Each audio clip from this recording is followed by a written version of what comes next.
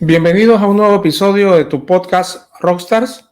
Soy Javier Gilantelo y en este espacio te presento historias inspiradoras que resonarán en tu mente y corazón, dejándote con la motivación necesaria para perseguir tus propios sueños.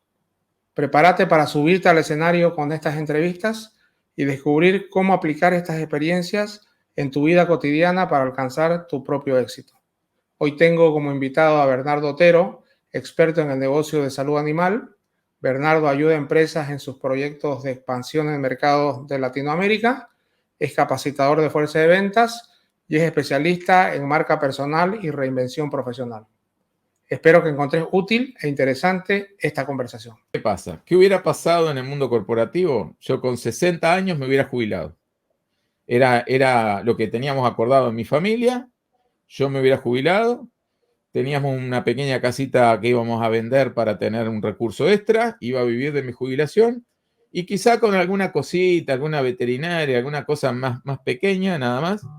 Y hoy me doy cuenta que como estoy haciendo lo que me gusta, no me voy a jubilar nunca, Javier. Yo hoy el único determinante para que yo pare es la salud.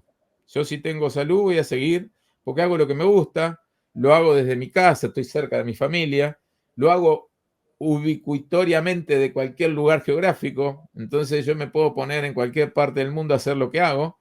Y entonces eso me permite, contestándote tu pregunta de 5 años, no tengo límites en realidad. Seguir creciendo en mi actividad, seguir aportando.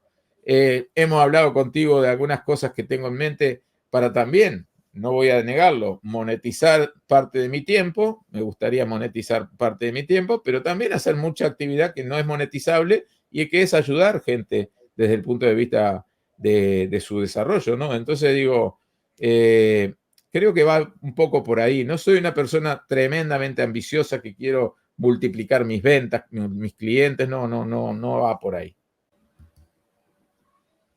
Bienvenido amigo Bernardo Otero.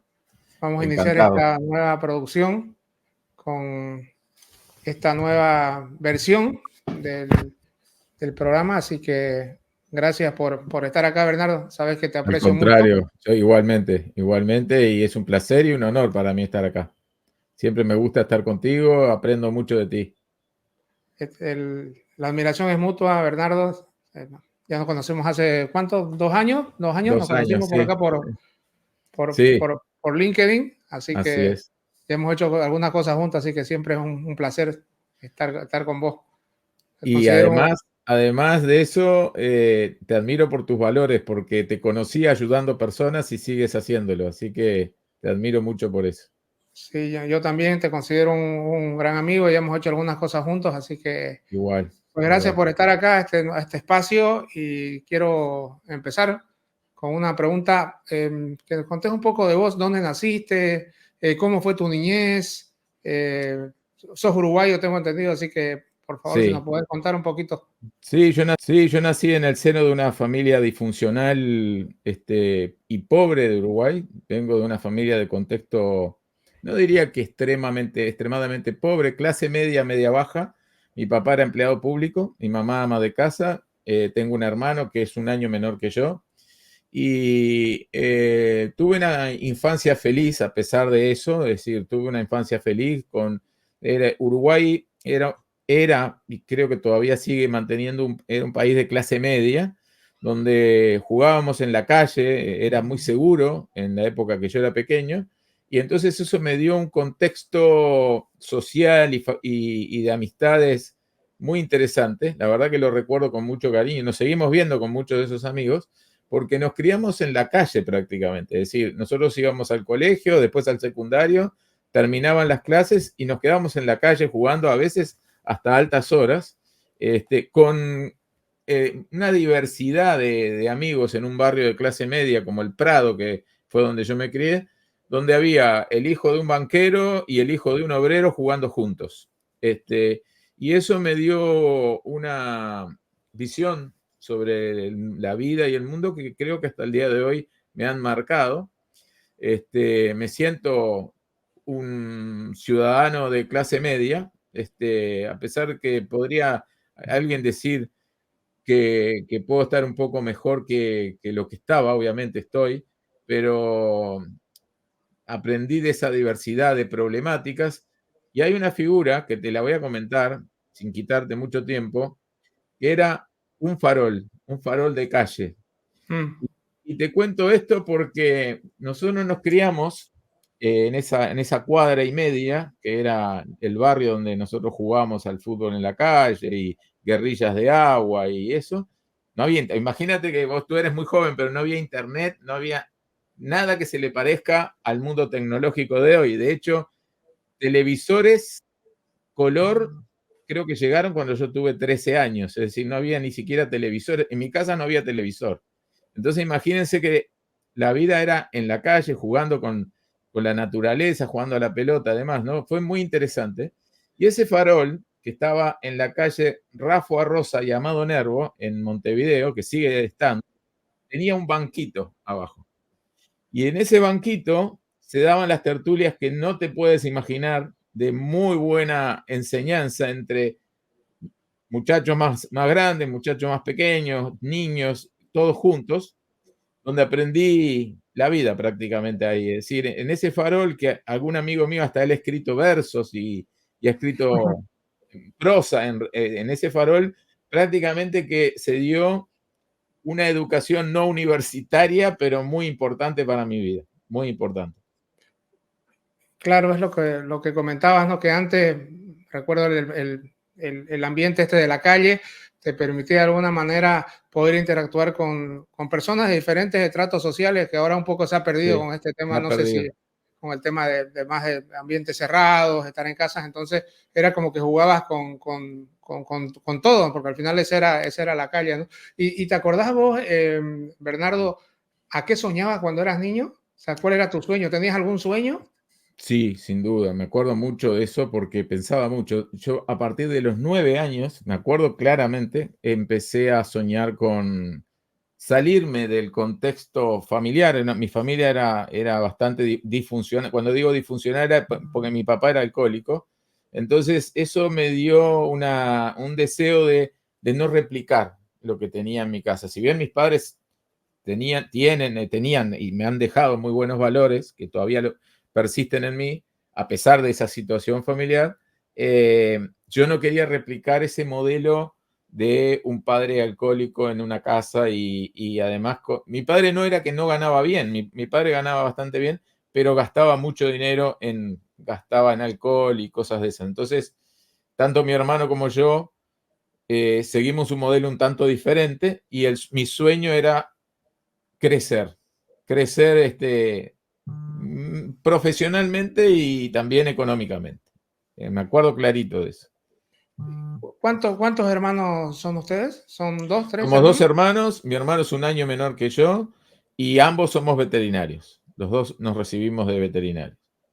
¿Soñabas algún día con ser veterinario? ¿Se te pasó alguna vez por la cabeza? La verdad que no, y te cuento, esto es muy claro, en el año 80, 1980, mi papá, una mañana de ese año, de un mes que no recuerdo cuál, me acuerdo que llegó a mi casa y tuvo una de las ideas o de los comentarios más sensatos que le escuché en mi vida, al menos para mí, que fue viendo que nos había ido muy bien en ese año, en el último año del secundario, un día se acercó a nosotros y nos dijo, muchachos, a partir de hoy quiero decirles que acá van a tener casa y van a tener comida para poder estudiar en la universidad. No les puedo dar otra cosa, me dijo mi padre, pero si ustedes quieren estudiar en la universidad, tienen que ver cómo resolver todos los otros temas, que era el transporte, los libros y todo eso. En aquel momento no había, imagínense que no había internet, no había, la biblioteca era muy escasa en libros, entonces cuando había cola para pedir los libros. Entonces era difícil avanzar en una universidad. Si bien en Uruguay la universidad es gratuita y universal, es el concepto romano de la universidad No. europeo, pero no, en realidad siempre se dice que no es gratuita porque te tenías que comprar libros que eran muy caros y tenías que además trasladarte a la universidad y a veces al campo, porque el veterinario tenías que irte al campo y tenías que encontrar los medios. La mayoría de mis compañeros tenían auto, tenían carro, pero mi hermano y yo no. Entonces, lo que mi padre nos dijo ese día, que marcó nuestra vida para siempre, nos permitió encontrar un plan para poder estudiar. Y el plan era el siguiente. Mi hermano y yo pedíamos los libros a compañeros que se iban a descansar a las 8 de la noche, estudiábamos toda la noche con esos libros y los devolvíamos a las 7 de la mañana. Y encontramos 3 o 4 compañeros que se prestaron a eso y gracias a eso pudimos estudiar. Entonces, estudiábamos toda la madrugada, mi mamá nos servía café, ella permanecía despierta y estudiábamos toda la madrugada y fuimos de los mejores estudiantes de la generación, estudiando con enormes dificultades, zapatos con agujeros, ropa muy precaria, en un entorno universitario que estaba lleno de gente de muchísimo dinero, pero logramos ser de los mejores de la universidad. Y la respuesta no es que nosotros seamos ni brillantes ni nada, simplemente que la respuesta es la responsabilidad que te ocasiona saber que tu papá está haciendo un esfuerzo para que tú puedas estudiar. Entonces, no nos permitíamos muchas distracciones y dábamos los exámenes siempre en fecha y muy bien preparados para no perderlos. Y nunca perdí un examen. Nunca perdí un examen. ¿Tu hermano es mayor o menor que vos? Un año menor, un año menor. Y No. mi hermano se recibió después de psicólogo, es decir, tal es como hemos abrazado el tema de los estudios, porque la única manera de salir de pobre yo creo que es estudiando, ¿no? Entonces, nosotros pudimos lograrlo, los dos, con 1000 sacrificios, pero abrazando la virtud de poder estudiar y la curiosidad de poder estudiar. Y bueno, fue así que crecimos y nos fuimos acomodando en distintas situaciones y en algún momento a mí también se me ocurrió el tema de desarrollarme en el tema de negocios, ¿no? Que fue otra idea bastante buena que me vino, me iluminé en algún momento, porque con mi primer trabajo oficial, digamos, yo había estado trabajando en veterinarias, bañando perros y demás, pero mi primer trabajo, digamos, oficial, me permitió superar el salario de mi papá. Ahí quiero preguntarte, antes de que nos vamos allá a tu etapa, digamos, como de profesional, eh, ¿qué sentías en la universidad cuando vos veías gente que estaba en otro nivel social, que hacía más cosas, que se permitía más comodidades digamos, tu situación no era tan cómoda como la de ellos? ¿Qué sentimiento te provocaba eso? No te niego, Javier, que tuve momentos de frustración, de resentimiento, todos esos sentimientos los tuve, hasta que empecé a darme cuenta que nada podía cambiar con esos sentimientos y terminé, bueno, ayer me crucé con uno de mis compañeros de facultad que vive acá y nos queremos mucho y él estaba en una situación mucho mejor que la mía, porque termina rompiéndose esa barrera social en la universidad. La universidad, que es un entorno de conocimiento, nos permite universalizar el conocimiento y romper esas barreras sociales. Entonces, a ver, yo tenía compañeros que eran realmente millonarios. Millonarios porque el campo en Uruguay es una de las fuentes de recursos más importantes y casi todos tenían campos muy grandes.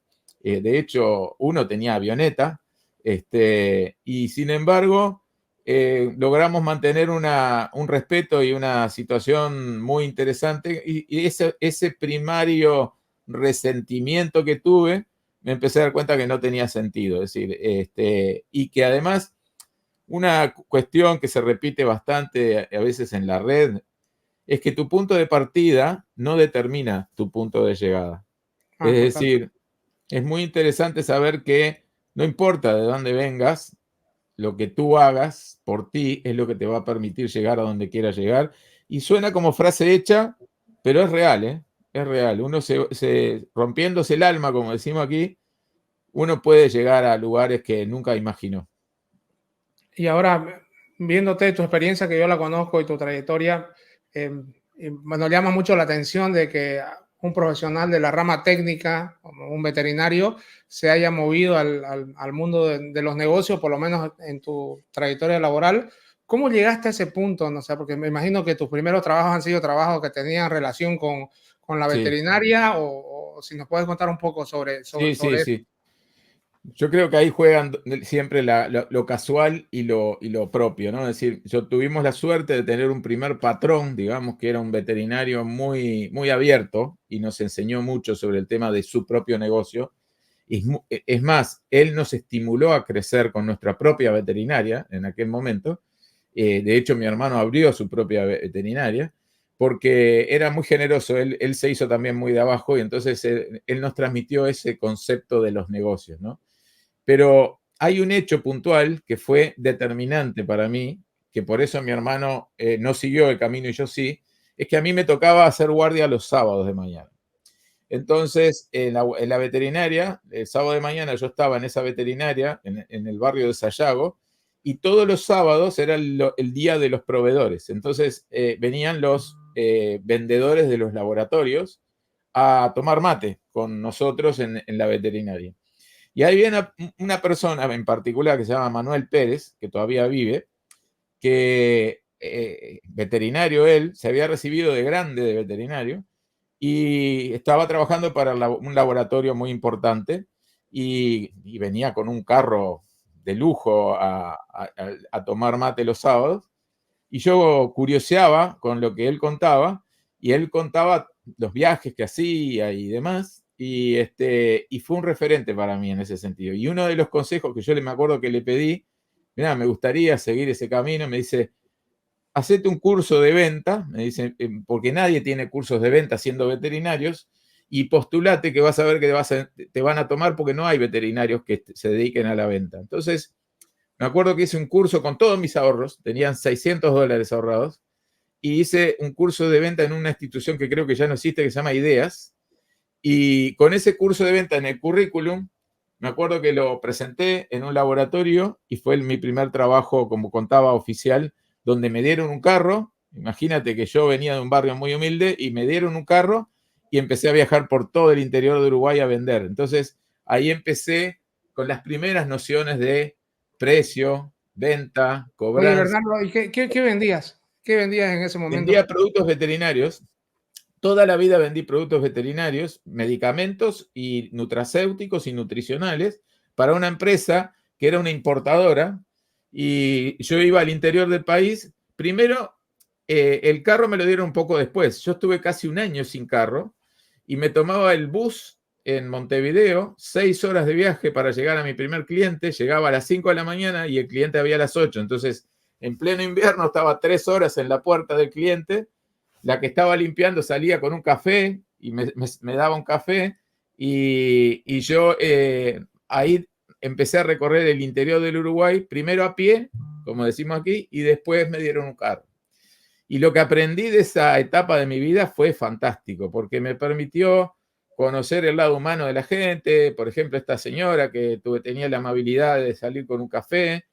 Imagínate que nadie me conocía en ese momento, la gente del interior en Uruguay es muy amable y me acuerdo que empecé a meterme en un mundo de vendedores de productos veterinarios. Algunos no eran veterinarios, pero eran grandes vendedores que me enseñaron muchísimo de tema de negocios. Y ahí empecé una carrera dentro de lo que son la industria farmacéutica veterinaria, que no paró nunca. Hasta el día de hoy sigo trabajando en ese segmento. Y luego de trabajar, que fue tu primer empleo, otras experiencias de ahí, ¿cómo te metiste al mundo corporativo? Mira, yo era vendedor de una empresa, como digo, se llamaba Dinel, la empresa ya no existe más, y después de eso me empezaron a ver que tenía ciertas habilidades de comunicación. Se ve que mi papá era muy comunicativo, se ve que tengo algo genético, y una empresa más grande me dice, mira, Daniel, que era un amigo, se está yendo de esta empresa para otra y el cargo va a quedar vacante. ¿Por qué no te presentás? Y yo me presenté y bueno, ahí pasé un proceso de selección de muchísima gente, después quedamos 25, después quedamos 4 y ahí quedé. Y en ese momento yo me di cuenta que ya estaba en una multinacional. Yo no tenía mucha idea de lo que era una, una cultura multinacional, en la cual esta empresa alemana me permitió hacer una carrera muy interesante dentro, porque Los alemanes tienen algunas particularidades muy buenas en el mundo corporativo, que es que le dan mucho valor al recurso humano, ¿no? Y fui evaluado en varias oportunidades y cada vez que me evaluaban me había ido bien porque me gustaba lo que hacía. Y ahí me dieron la gerencia de producto primero, después me dieron una gerencia de marketing, después me dieron una gerencia de un área específica, que era un área de high ticket, de muy cara, de productos muy caros, y ahí empecé a viajar. Empecé a viajar a nivel mundial. Entonces me encontraba, mi papá era profesor de inglés.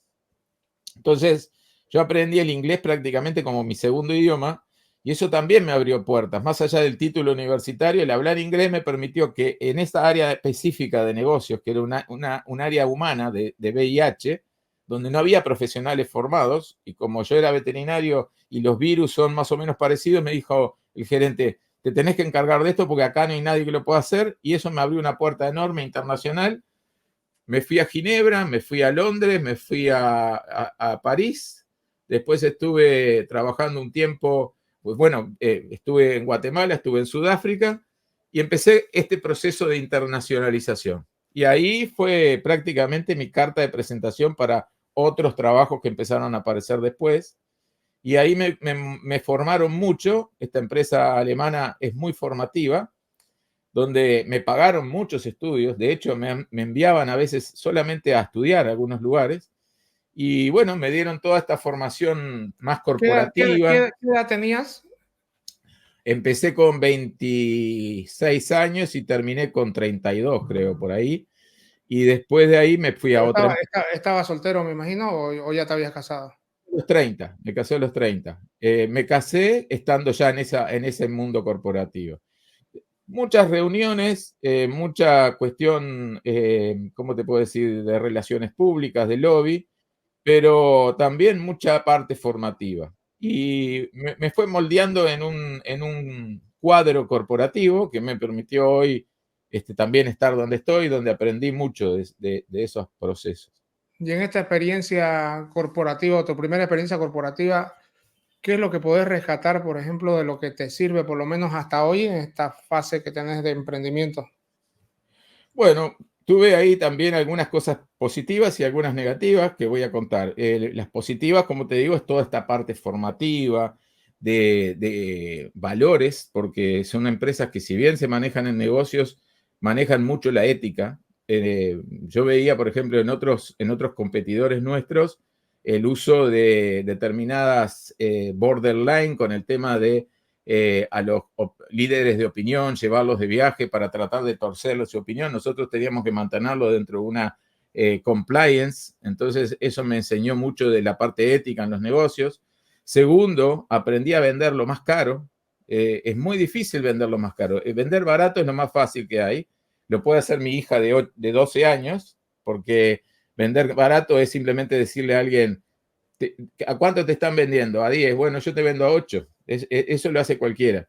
Venderlo más caro es vender por la propuesta de valor. Entonces, yo aprendí mucho de eso, de esos negocios de vender caro. Toda mi vida he vendido caro, salvo un pequeño periodo de tiempo.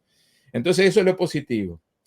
Lo negativo es que viví dos situaciones que por eso se replican mucho en mis posteos en LinkedIn, que fueron algunos jefes tóxicos, que no entiendo cómo esas corporaciones a veces permiten esos ascensos de personas que no tienen habilidades de liderazgo y que marcaron también, no solo la vida mía, sino la de mis colegas, del lado negativo, porque vivimos algunas situaciones, incluso alguna bastante complicada, con un jefe que lo terminaron mudando a Paraguay y después lo terminaron echando, pero que son también cosas que te moldean y que te forman y te hacen ser quien eres. Y bueno, ahí entendí lo que no hay que hacer.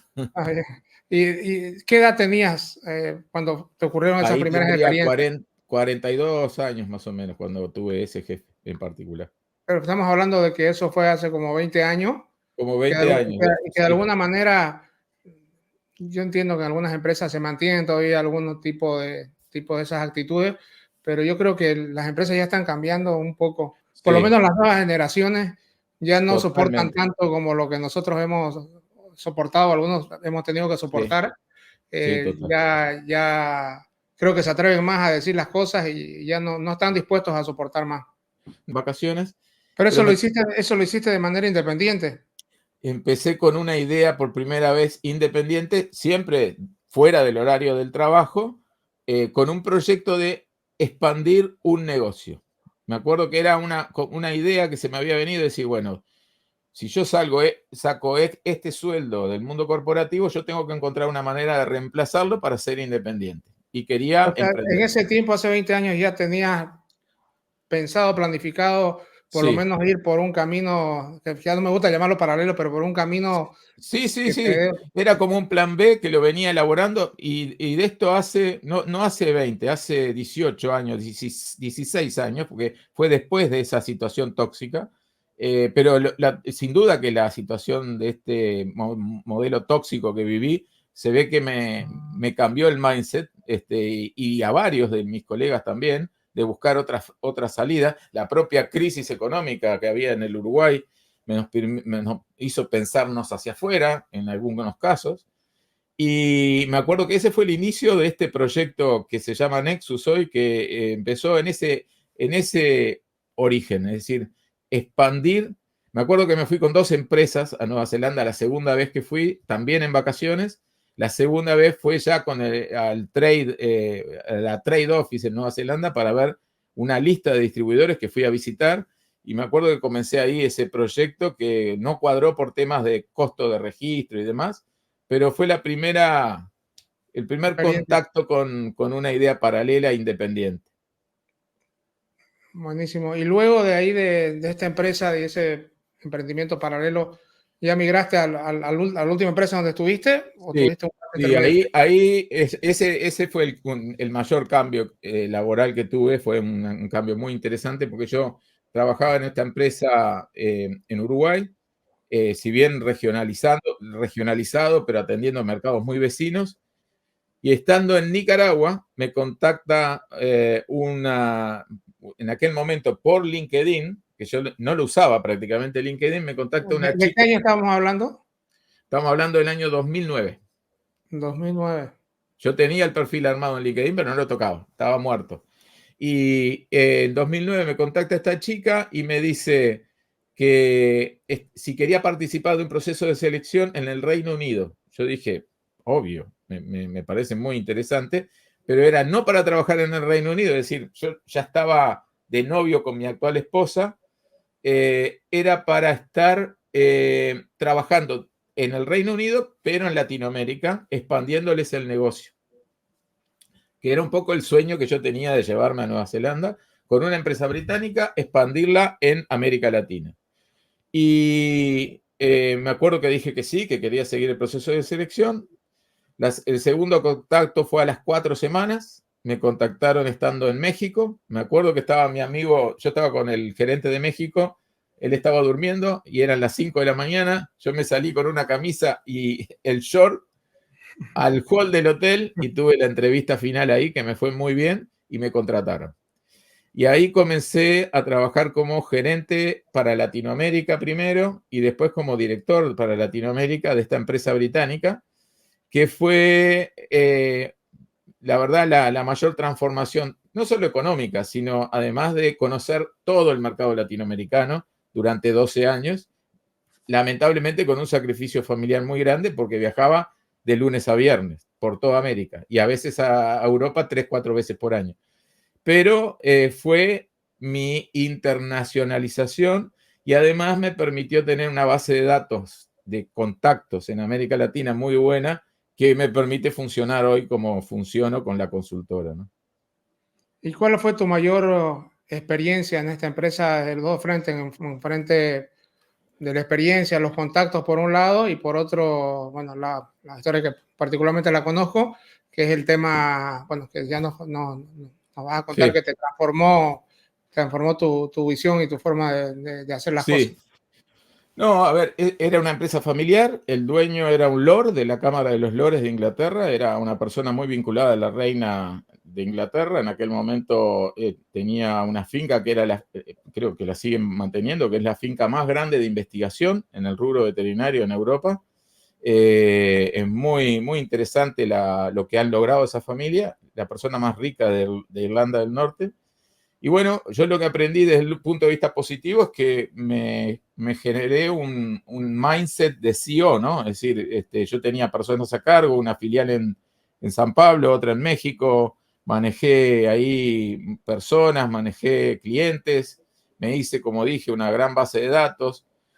Desde el lado negativo, una terrible situación desde el punto de vista familiar. Mi esposa tuvo que dejar su trabajo para cuidar de mi hija pequeña, que había nacido el primer año que yo estaba en eso. También perdí mucho vínculo con mi hija grande por un periodo de tiempo. Yo pasaba todo el tiempo en aviones, hoteles y demás. Ese fue el lado negativo. Y el cierre de todo esto fue en el año 2020, en plena pandemia, tuvimos una convención en mayo, fue toda por Zoom, una cosa muy, muy atípica, ¿no? Una convención por Zoom donde estaban gente de África, de Europa, de Medio Oriente, todos ahí, y nos dijeron que éramos una gran familia, que esto no iba, que íbamos, no había problema, que íbamos a estar bien, no sé cuánto. Yo ganaba muy bien en ese momento, me permitió comprarme mi casa y demás. Y eso fue en mayo. Y el 7 de agosto de 2020, abriendo mi computadora, era un lunes de mañana, decía reestructura y me estaban votando. Entonces, Pero nunca no, o sea, nunca ni siquiera se te pasó por la cabeza. nunca se me pasó por la cabeza, Javier, te juro. Mis números venían bien, yo venía bien. La verdad que no. Es más, ellos me despiden por un correo electrónico primero, a mí y a otros colegas, y en el correo, que todavía lo preservo, decía que no era por un tema de performance, era por una incertidumbre sobre cuándo se iba a volver a viajar. Y claro, me estaban manteniendo un sueldo, si bien existían las herramientas tecnológicas, pero yo ya no visitaba clientes. Entonces, claro, ellos lo vieron como un gasto. No sé cuál fue la cuestión. Sé que nos cambió la vida a mi esposa y a mí, porque aparte el contrato que yo tenía era un contrato mensual, se renovaba mensualmente, era un contrato atípico de prestador de servicios como CEO, es una cosa muy atípica, muy, desde el punto de vista legal, si uno lo analiza, capaz que no era de las cosas más, digamos, legales o Sí, correctas, claro, claro, porque al final pero o sea, era parte de la operación de la empresa. era parte de la operación, pero tenía un contrato que se renovaba mensualmente. Entonces yo no tenía indemnización, Javier. Entonces, bueno, esto vino en agosto, creo que estuvimos discutiendo con el gerente, que también lo votaron después, el gerente, que estaba, el gerente, ¿Cuántas personas fueron despedidas en ese cerca de tiempo? 20, cerca de 20. ¿Y todos eran, Y después todos eran 180 más. ejecutivos? ¿Esos 20 todos eran ejecutivos de Sí, primer nivel o no? sí, sí, sí, sí, todos ejecutivos. Y de esas personas, me acuerdo que el Global Sales Manager, que fue el que me despide, no que me despide, que ejecuta, es muy buen tipo y tengo contacto con él, el que ejecuta el tema, me dice, Bernardo, mirá, no es por performance, y te vas a reinsertar muy bien en otro lugar, pero el tema es que acá la incertidumbre es muy grande y los costos, la gente no está viniendo a la fábrica, porque en aquel momento no se podía ir a la fábrica, entonces la situación era bien compleja. Y bueno, me vino esa situación de que pude negociar con él en septiembre, entonces octubre, noviembre, diciembre me lo pagaron. ¿Y cómo reaccionaste ese momento donde recibiste Terrible, el correo electrónico que fue el 7 de agosto? ¿Qué hiciste? terrible. O sea, Yo estaba en el living de mi casa, Javier. Me acuerdo clarito que abrí el computador en el living, íbamos a ir a desayunar un rato después con mi esposa, la miro y le digo, me corrieron. Me dice, no, no puede ser, sí, me corrieron. Y mi esposa se puso a llorar, fue un momento muy duro, muy complejo. Y bueno, lo primero que se nos ocurrió con mi esposa fue poner una veterinaria.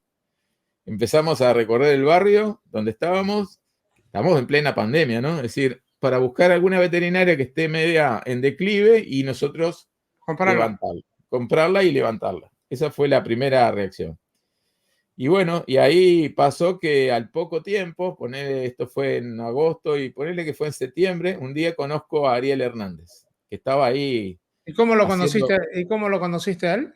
porque empecé a prolijar mi LinkedIn, que no lo había tocado por 2 décadas prácticamente. Mi LinkedIn no se había tocado por una década y pico, ¿no? Entonces empecé a prolijarlo y en un momento me aparecía como un contacto sugerido, y me acuerdo que en una entré a uno de sus vivos, y estaba él ahí, yo le escribía en el chat y nunca me contestaba, y en una visito su perfil y digo, le voy a escribir un correo, y le escribí un correo y él me llamó por el teléfono directamente, y me dio uno de los mensajes de calma más importantes de mi vida, Javier, porque en un buen argentino, me acuerdo que me llamó y me dijo, olvídate, me dice, de esto vamos a salir juntos, me dijo. Y me dio una calma que yo lo creí, un tipo que me estaba realmente diciendo lo que sentía, y fue realmente así. Lo primero que me dijo fue, en tu LinkedIn borrá el nombre de tu anterior empleador. Me dice, sacalo, ponelo como una cosita chiquita, no lo pongas como en el debajo de tu nombre, y empezamos a modificar mi LinkedIn. Fue la primera mentoría que tuve de LinkedIn.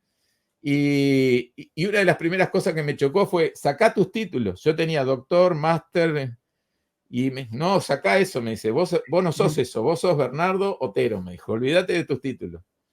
Y eso me costó mucho, Javier, ¿eh? Me costó mucho asumir que tenía que desprenderme de mis títulos y demás, porque me costó mucho sacrificio lograrlo.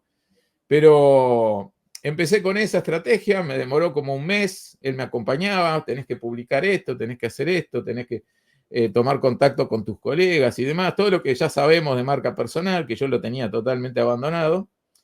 Y me acuerdo que una de las primeras cosas que hice fue, por mi lado, contactar a todas mis tarjetas personales que tenía acá.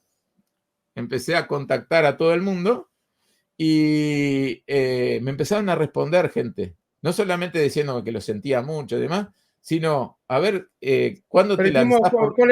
¿Cuál era el speech que les decías? Les decía, El speech era, acaban de desvincularme de la empresa esta, y bueno, me voy a armar mi propia consultora y me gustaría colaborar contigo en tu proceso de expansión del negocio. Me acuerdo que lo tenía bastante armado. De hecho, estando una de esas noches casi para dormirme con mi señora, ya era como la 1 de la mañana, se me ocurrió el nombre de Nexus, que era conexión. ¿Y por qué? Porque Ariel me hizo entender que yo tenía que trabajar en mis fortalezas. Y una de mis fortalezas, Javier, que creo que tú también la tenés, es conectar personas. A mí me encanta conectar personas. Entonces, me acuerdo que fue en la mesita de luz, agarrar una libreta y poner el nombre Nexus. Y ahí fue que nace la consultora, que era un gran signo de interrogación. Imagínate que hasta diciembre yo oficialmente estaba trabajando para esta empresa y estaba cumpliendo con cerrar el negocio de la mejor forma posible.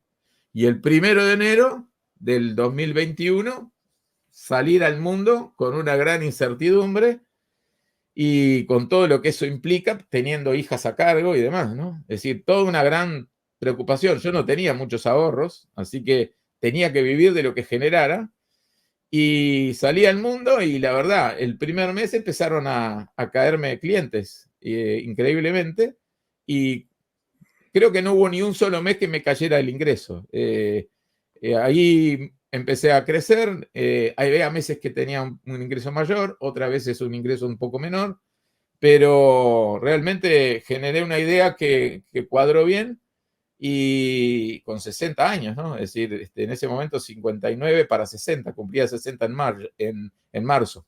Y te hago Y una pregunta, Bernardo. sí, Si en esta última fase corporativa que duró 10 años más o menos, 10 años 11 aproximadamente, años, 11 años, 11 sí. años, ¿qué hubieras hecho distinto? O sea, no me vas a decir nada, que todos aprenden en la vida, porque siempre No, no, no, no. ¿qué hubieras cambiado? ¿Qué hubieras hecho diferente esos últimos 10 años? Si pudieras cambiar, porque bueno, me comenta mucho esto de los viajes, pero al final son cosas que uno tiene que hacer Sí, porque sí, toca, sí, ¿no? sí. Pero ¿qué pudieras haber No, cambiado o haber hecho distinto? mira, hoy con el diario del lunes, como decimos aquí, es muy fácil decirlo, ¿no? Pero Claro, total. Javier, aparte tú y yo sabemos de qué estamos hablando. Yo hubiera empezado con mi marca personal inmediatamente de estar en la corporación, inmediatamente. Es decir, estando en los hoteles, no dejando de cumplir con mi trabajo, cuando terminaba el horario laboral, ponerme a trabajar en mi marca personal. Eso es el primer arrepentimiento que tengo. Creo que Enrique de Mora el otro día puso algo parecido y yo creo en eso. Creo absolutamente que yo tenía que haber aprendido. Si vos ves mi LinkedIn y ves mis seguidores, yo tendría que tener 300.000 seguidores. Fácil, fácil. Fácil. Pero yo no tocaba mi LinkedIn porque era mal visto. Si yo tocaba mi LinkedIn, me llamaban la atención. Los británicos eran sumamente celosos de no tocar el LinkedIn. Entonces, no me permitían tocarlo. Directamente, prácticamente no hacían nada que no fuera algún posteo del laboratorio. Normalmente sí, Entonces, así, las multinacionales normalmente son así, tienen muchas políticas restrictivas de exacto, cumplimiento. exacto. Te salís del protocolo y te matan. Yo no podía usar barba. Yo tenía que usar trajes grises, negros, jamás un traje que saliera de lo convencional. Yo te puedo mostrar fotos y ahora en un rato te mando una, pero no, era. Tienes que sacar un posteo de eso, de tu traje, Sí, porque nunca has sacado uno que me acuerde. sí, voy a sacar uno, sí. Entonces, el primer arrepentimiento es ese, no haber trabajado mi marca. El segundo puede ser no haber ahorrado más, porque yo no te digo que me daba la gran vida, pero vivía tranquilo, yo me pensaba jubilar ahí. Entonces, hacíamos nuestros viajes con mi esposa y demás. Yo mantenía además una muy buena relación con mi ex esposa y mi hija grande prácticamente está integrada a la familia. Entonces, tenía un nivel de gasto bastante alto, pero podía haber ahorrado más. Y desde el lado de las cosas que podía haber hecho diferente, ¿no? De todas maneras, vuelvo al tema de que uno aprende mucho de todo, ¿no? Aprende de verdad. Pero al final, yo pienso que la corporación te da una idea distinta. Cuando sos en tu fase de emprendedor, yo estoy seguro que vos no fueras el que sos si no hubieras realizado Total, la parte total, corporativa. totalmente, ¿No? Porque, o totalmente. sea, hay mucho hablado de esto del emprendimiento, no sé, que lo corporativo, que la empresa, y al final, yo estoy convencido que el mejor emprendedor es el que ha tenido actividad corporativa antes, porque te da Total. directrices, te da seriedad, te da proceso, cosas que no te dan Sí, sí. solamente el emprendimiento. Yo creo que eso es verdad, Javier, y también es verdad todo lo anterior, es decir, haber venido de una familia disfuncional, que me costaran tener los libros. Yo hoy amo libros, nada que hoy la cantidad de libros y tengo más, es decir, como que la vida te da revanchas. También esa curiosidad que tenía cuando muy pequeño, con 10, 11 años, de querer estudiar. Me acuerdo que teníamos un amigo que tenía a su hermano mayor que tocaba en una orquesta muy linda, de una situación económica mejor que la nuestra. Íbamos, me acuerdo, y en el garage ellos ensayaban. Y para mí ese hermano mayor de mi amigo era un referente. Y un día me acuerdo que fui a la casa de mi amigo y lo veo estudiando. Y le digo, ¿qué hace Gustavo? ¿Qué está haciendo? Me dice, está estudiando, mira, te tiene que comer estos libros, así, porque era estudiante de medicina y se fue a Minnesota después a estudiar. Y me dio esa situación de decir, qué bueno que está estudiar. Y esa cuestión de estudiar me hizo entender que también en mi emprendimiento, esa curiosidad de tener que aprender Canva, tener que aprender marketing digital, está siempre uno aprendiendo, que quizá otro no tendría esa capacidad de, a ver, hay emprendedores mucho más exitosos que yo, pero quiero decir, desde un mundo corporativo salirse a publicar en una red y armarse un diseño y armar una propia marca, son todas cosas que las fui aprendiendo por mi curiosidad de aprender y ensayo y error, ¿no? Que viene de mi época más juvenil, digamos. Porque hay muchos corporativos también que no logran salir, ¿no?, del círculo. Entonces, no, porque normalmente cuando sos un corporativo hay mucha gente que te hace todo ese trabajo, te hacen los diseños, te hacen la Exacto, comunicación, te hacen el marketing, te hacen la finanza, y cuando ya estás claro. solo, sos solo, ¿no? O sea, tenés que hacer todo. Exacto, exacto. A eso me refería, Javier. Yo veo gente que lo despidieron junto conmigo y que no saben hacer otra cosa que pagarle a otro para hacerlo. Entonces terminan fundiéndose o no creciendo porque no saben hacerlo. Es decir, ellos están acostumbrados a tener la secretaria que les hacía todo. Sin embargo, mi don de curiosidad a mí me permitió ensayar y errar y probar con los vivos. Yo no era una persona de salir en vivo como ahora contigo, digo. Era así, tenía mi speech para los 12 vendedores o para los clientes, que iba y daba una charla para clientes, pero no era de salir al mundo a comunicarme desde mi nueva perspectiva y contar mi experiencia. No contaba mis cosas personales jamás en una reunión. No, yo no hablaba de lo que me había pasado a mí. La colaboración, Javier, yo lo aprendí después, yo lo aprendí con LinkedIn, con Ariel, con ustedes, del que el mundo no es competir, es colaborar.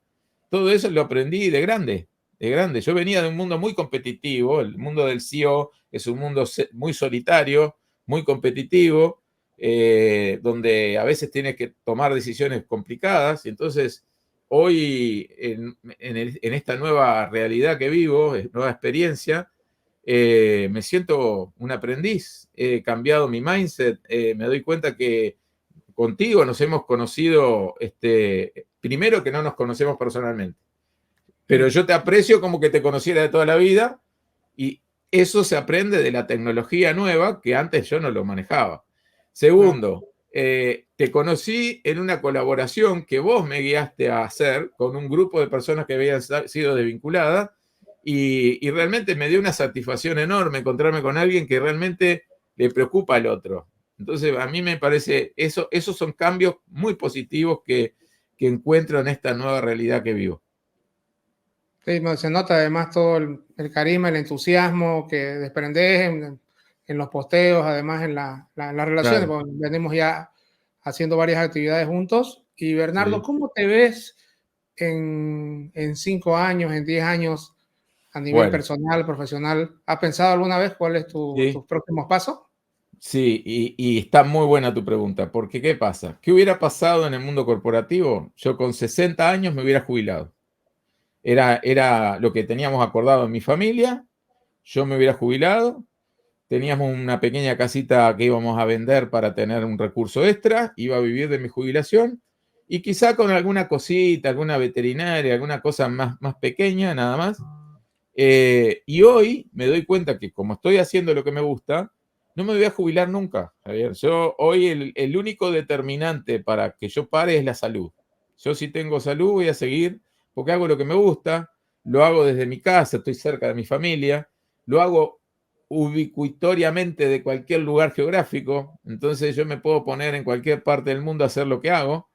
Y entonces eso me permite, contestándote tu pregunta de 5 años, no tengo límites en realidad. Seguir creciendo en mi actividad, seguir aportando.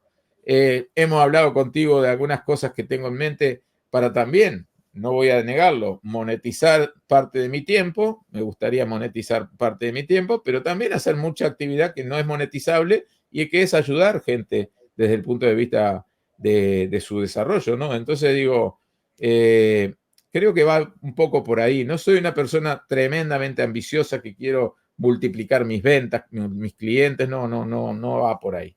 Me gusta mucho el concepto que acabas de dar, Bernardo, de que no te querés jubilar, porque hay bastantes personas que es su Su meta meta, su jubilarse. meta. E Sí, incluso sí, estaba escuchando que en España, que el otro día estaba hablando con un amigo, tienen el concepto este de la prejubilación, que más o menos me lo explicó, que le van pagando un porcentaje del sueldo. sí. Entonces, claro, y ahí me pongo a No, pensar, o cortado. sea, y había una persona el otro día que posteó, dice, hay dos momentos en la vida donde tenés más riesgo de morir. La primera, cuando nacés, y la segunda, cuando te jubilás. Es verdad, porque no encontrás un propósito. Yo ya encontré un propósito, que es tan manido el tema del propósito, pero es real. Yo me siento que hoy tengo un propósito. Yo me levanto y me pongo a pensar ya la noche anterior en el post, trabajo la noche anterior en el post y comunico. El post es una forma de contactar con gente. No tengo enormes ambiciones en ese sentido, más que poder aportar. Y por supuesto, generar ideas, que es soy libre hoy, no tengo que reportarle a nadie, entonces, por más que yo estaba en un mundo corporativo en una posición alta, yo tenía que reportar permanentemente a alguien más, entonces tenía que trabajar en mis presentaciones, de hecho, a veces iba solamente a hacer una presentación al Reino Unido de 2 días y volverme a mi país para hacer una presentación de muchísimo estrés, con por qué los números no vienen como estábamos esperando y qué pasaba y qué acciones vamos a tomar. Todo eso que genera mucho estrés. Yo hoy no reporto a nadie, reporto a mis clientes, pero digo, no tengo obligaciones. De hecho, he despedido clientes porque son demasiado estresantes y termino diciendo, no, mire, gracias. Entonces, esa libertad tiene un valor enorme para mí, muy alto valor. ¿Corporativo o emprendedor? Emprendedor toda la vida, ojalá hubiera sido antes. ¿Qué te llevas de la corporación?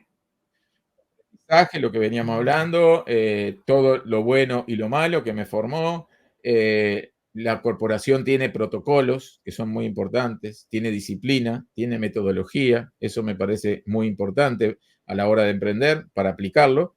La corporación tiene mucho de tomar conciencia de los valores y la misión, eso está bueno, para generar tus propios valores y tu propia misión y tu propia cultura, porque si bien es un emprendimiento muy pequeño el que tengo, tiene su propia cultura y tiene sus propios colaboradores que trabajan de una forma diferente, pero eso es lo que me llevo. ¿Lo bueno y lo malo del emprendimiento? La incertidumbre, Javier, la que no sabes al otro día si vas a cobrar o no, la cosa que depende de ti mismo, entonces tenés que estar saludable, tenés que estar bien mental y físicamente, la carga de tener que traer un ingreso a la familia, que también siempre no voy a negar que me genera mis miedos, el no saber cuál es el techo y no saber cuál es el piso, porque hay veces que podés multiplicar tus ingresos simplemente por una buena decisión, una muy buena idea.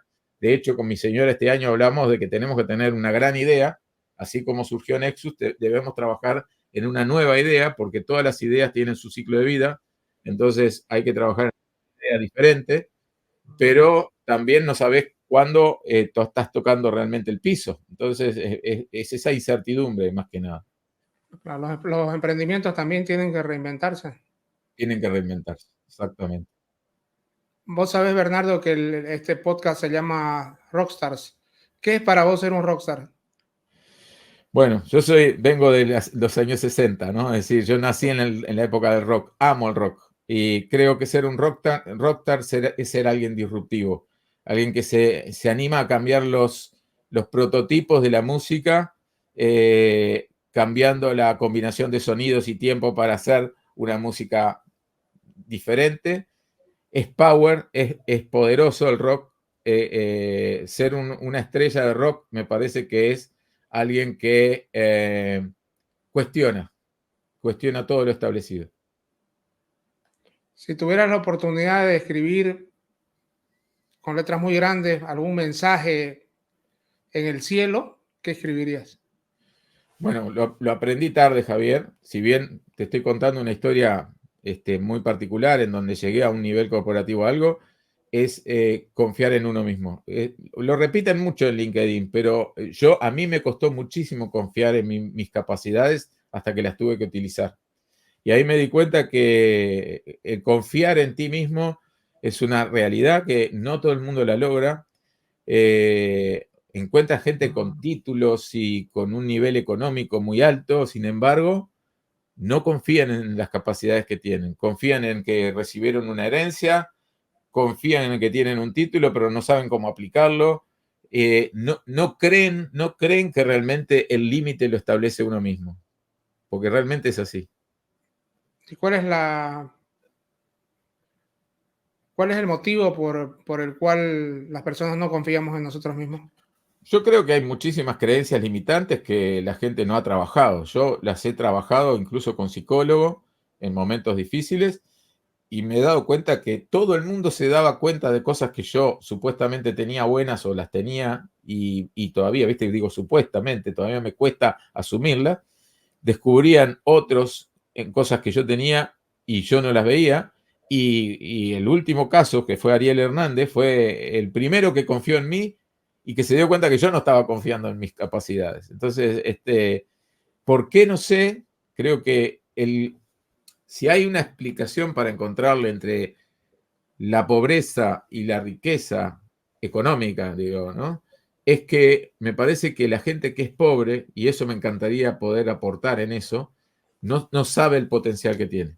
No entiende el potencial que tiene. Asume que esa realidad que le tocó es la que le va a seguir ocurriendo y no tiene idea de la posibilidad que hay para salir adelante. Y eso se debe porque no conoce otro No entorno. conoce, no conoce, y a mí, sinceramente, no me gustaría transitar por esta vida y por este mundo sin ayudar a gente a que descubra realmente el potencial que tiene. Lo vemos en otro nivel, no hablemos de riqueza o pobreza, lo vemos en la marca personal. Hay gente que vive en entornos laborales tóxicos o con inercia, porque va a trabajar por inercia, porque sabe que tiene que entrar a las 8 el lunes y sabe que el viernes, menos mal que llegó el viernes porque me voy para mi casa, y no se da cuenta de que de ahí puede salir si él lo decide o ella lo decide. Simplemente darse cuenta de que tenés un mundo para descubrir. A ver, no quiero entrar en robarte más tiempo, pero mi hermano y yo tenemos unas diferencias brutales, ¿no? Es decir, somos casi mellizos. Hay gente que pensaba que éramos mellizos porque tenemos un año menos 5 días de diferencia. Yo cumplo el 16 de marzo y él cumple el 21. Sin embargo, somos dos personas totalmente diferentes. Él nunca salió del Uruguay. Nunca se tomó un avión.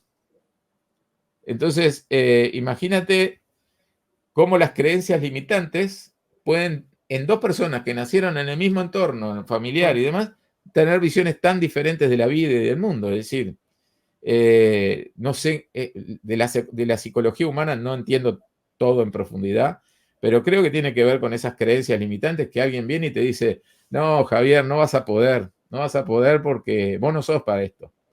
Y te quedás con eso y le crees a ese tipo que te dijo eso y te terminás creyendo, te lo empezás a repetir y te crees a ti mismo que tú no puedes y te quedaste en eso.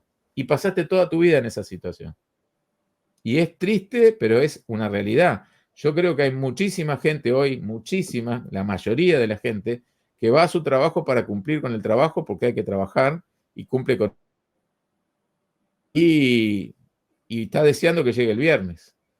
Yo hoy, por ejemplo, hay veces que me tenés que hacer recapacitar por qué día estoy, porque para mí no cambia el viernes con el lunes. Digo, es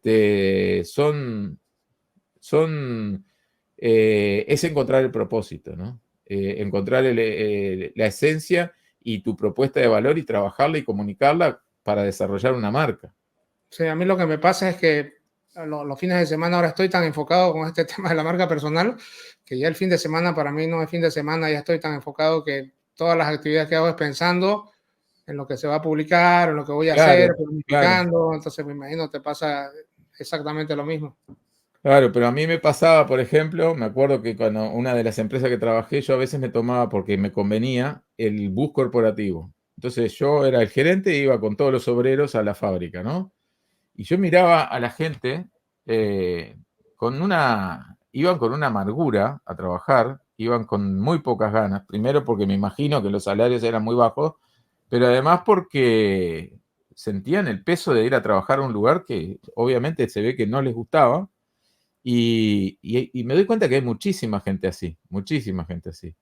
Yo tuve un gerente muy disruptivo, que me acuerdo que un día nosotros estábamos en una situación, yo era gerente de producto y mis colegas eran visitadores médicos, todos con sueldos buenos, con carro, y me acuerdo que un día uno dijo, no va a haber nada dulce para el café, fue esa frase matadora, nadie dice, sí, ¿querés algo dulce? Bueno, el tipo mandó a traer una van, cargó a toda la gente en una van y nos llevó a una obra que estaba siendo hecha en la carretera a unas cuadras de donde estaba el laboratorio.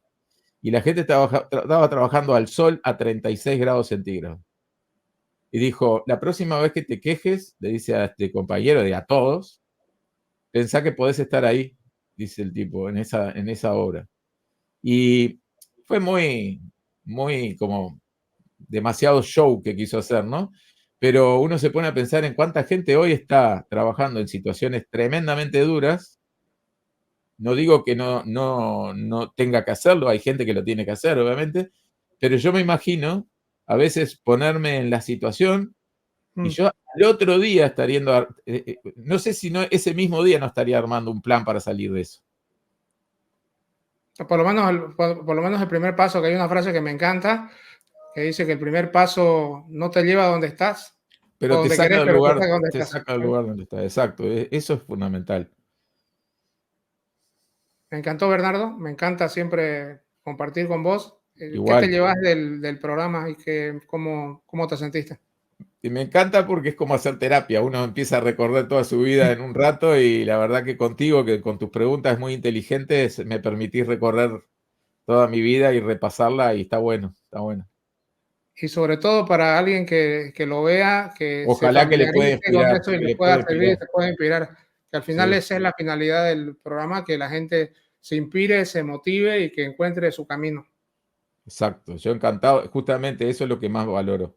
Poder compartir mi historia, no porque sea ni mejor ni peor, sino poder transmitirla para poder ayudar a alguien. Excelente, Bernardo. Gracias. Gracias, amigo. Nos Te quiero mucho. quedamos, yo igual te quiero mucho. Nos quedamos Cuídate. un ratito en el off. Dale.